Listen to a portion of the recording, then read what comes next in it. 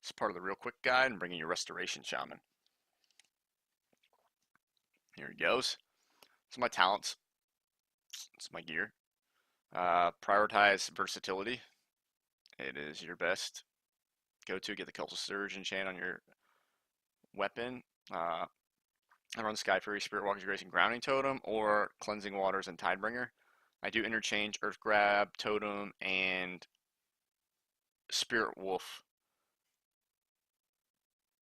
with Spectral Recovery if I believe that I'm going to get damaged a lot by like a warrior or a rogue or anything that is going to be hard for me to really shake, and I need that extra damage reduction while my heals come and my peels come. Surging Tides is really strong, and Passive Edge is a good third tier. Surging Tides is pretty much going to give you a shell, like a bubble, on your target once they're below 50%.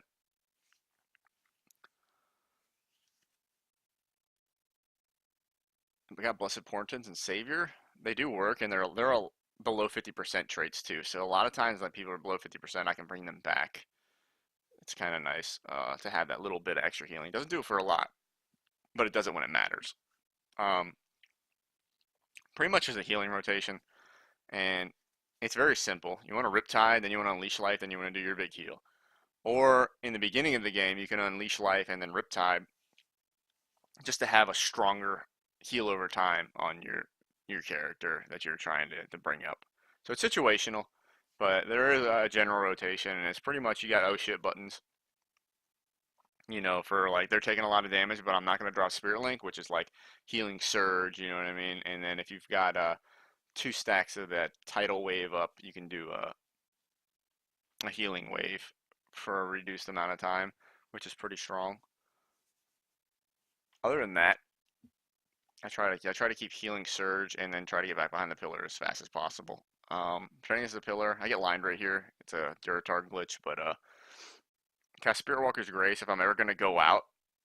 Say like my DPS is going over to the right a little bit more, and I got to get from behind that pillar. You know, I kind of gotta use Spirit Walker's Grace because they can counterspell me any of that stuff while I'm casting. And that's one thing you have to worry about though too with Spirit Walker's Grace is that you're not going to be able to stop your casting by moving.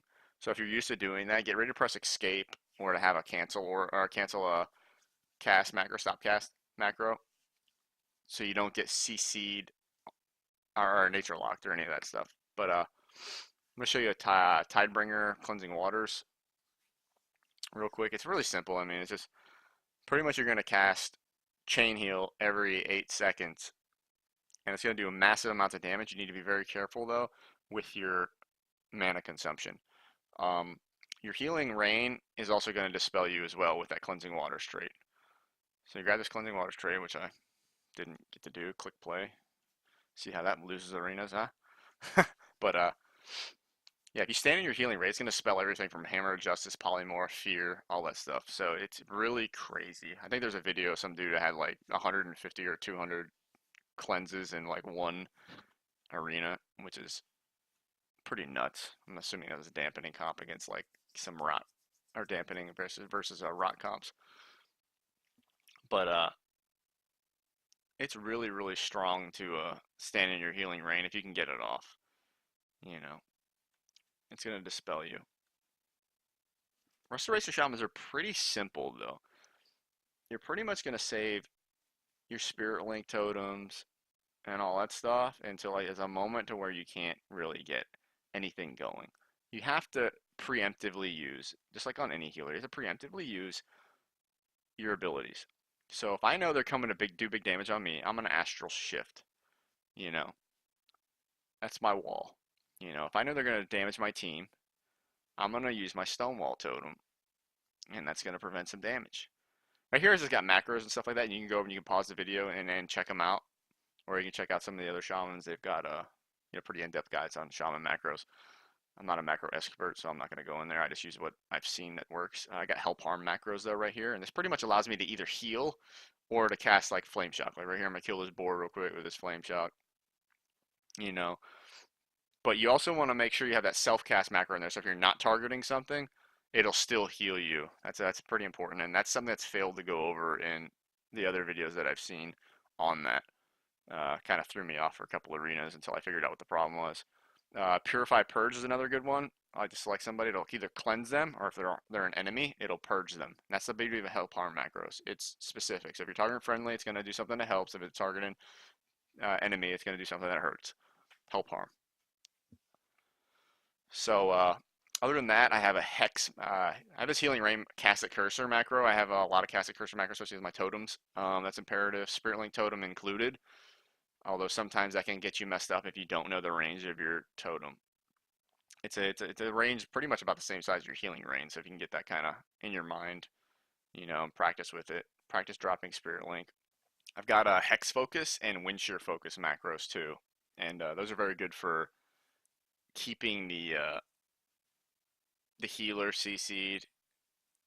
Usually I'm playing Turbo. I'm trying to blow up a DPS unless it's a pretty squishy or incompetent healer. Then we're gonna go to him.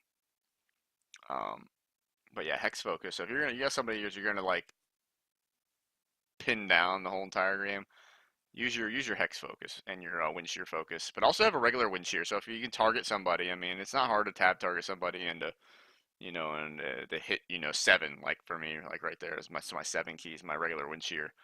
But you know, if you want, you can you like you don't mind the bar space, you don't mind pressing the extra buttons, make a 1-2-3 Wind Shear, make a 1-2-3 Hex macro, and that'll help you out a lot. Um, just another big thing is like with Spirit Walker's Grace, again, just don't get caught casting while moving and you're clearly able to be sheared and stuff like that. I've lost so many games like that, and I had to learn it the hard way. But this little Pack Spirit Spectral Recovery build is really good. I use it against Ret Pallies and 2s. I use it against Fury Warriors and 3s. I use it against anytime I think I'm going to get trained. I use that with Spirit Walker's Grace because it's going to let me move. And that's the whole thing behind this is mobility and then the damage reduction whenever I can't get away. It does suck when you lose Earth Grab Totem, but you got to think sometimes against a Red Pally, he can always cast Freedom.